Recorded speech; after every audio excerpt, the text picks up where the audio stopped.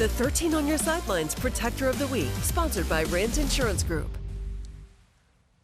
We've shown a lot of highlights already tonight here on 13 on Your Sidelines, but none of those highlights would be possible without the guys up front. They would not, and it's time to honor one of the best offensive lines as the Protector of the Week. Caledonia's O-line put on a show on that new turf at Ralph E. Myers Stadium last week.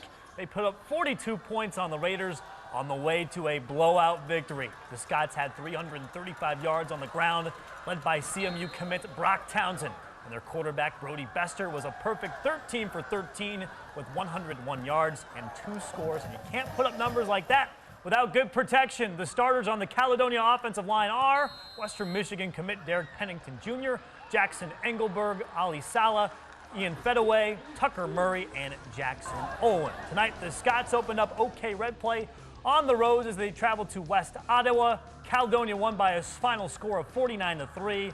The Scots have a big one next week as they travel up to Rockford for a showdown with the Rams. Last year, Montague put a hurting on Orchard View, 42-6. But this is a new Cardinals team. Already, they have as many wins this year as they did in the past 3 seasons combined. Let's see how OV would fare as they hosted the 14th meeting against their Muskegon County foes. It was an absolutely beautiful night to play football. Orchard View came out with their fans cheering behind them, trying to run the ball. It just couldn't get anywhere, though. Other hand, there we go. There we go. As I said, an absolutely beautiful night for football. Orchard View came out with their fans cheering behind them, trying to run the ball. Just couldn't get anywhere, though. Montague, on the other hand, started out with a bang. It's Mason Dart looking to this week's MVP, Paul Olson. And Olson, after he catches it, makes everybody miss, and he's loose in space, looking to go all the way. And that long touchdown puts the Cats up by 7. And they weren't done. After Orchard Views couldn't get it to go in the second quarter, the Wildcats tag on another 6, this time with a run right up the gut. Adam Baird gets the score. Now, Orchard View would get one more possession, trying to get some points on the board before the end of the first half.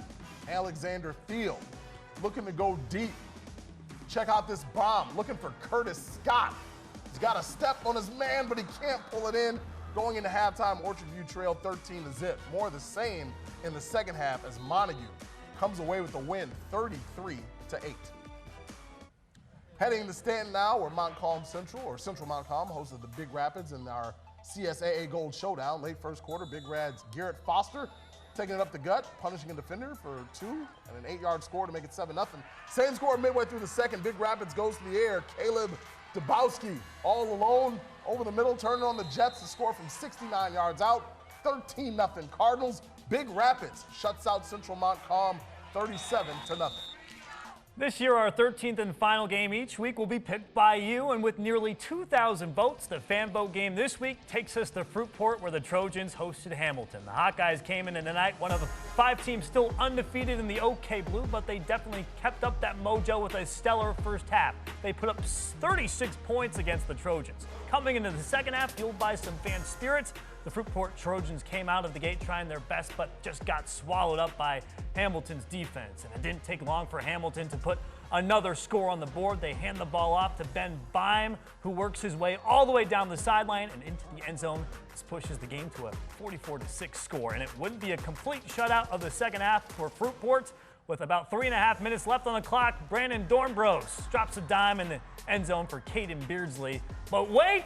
There's more. They're not giving up quite yet. The Hamilton Hawkeyes fumble the handoff, and the Trojans jump on the ball first. It's enough to hype up the fans some more. This time, Dornbros keeps the ball himself, makes a defender miss, and then works his way down into the end zone for another Trojan score. They put up a good show in the second half, but it was not enough to come all the way back. Hamilton Hawkeyes win it 44-20. Now for some more scores from around the area. For that, we send it back to the control room and our Matt Guard, who has some guests. You probably noticed we have the Grand Rapids Christian cheerleaders and the Hart cheerleaders in studio, but we haven't gotten to their games yet. So I've got Katie and Zanaya with me, and I'm going to let them do the honors of reading the scores for their games in the teleprompter. Well, let's start with Zanaya and the Eagles. Forest Hill Central with 37 and Grand Rapids Christian with 7. Now that is a bummer for the Eagles, but you guys are going to have a chance to rebound next week with a visit to Byron Center. FHC will travel to Forest Hills Northern. And now for the Hart Pirates. Hart 44, Shelby 0. Nice job. All right, they keep the blood, sweat, and tears jug with that win. You guys have a long road trip to the Lansing area next week to take on Stockbridge. Shelby will host Ravenna. Elsewhere tonight, Cedar Springs gets their first win of the year in an overtime thriller.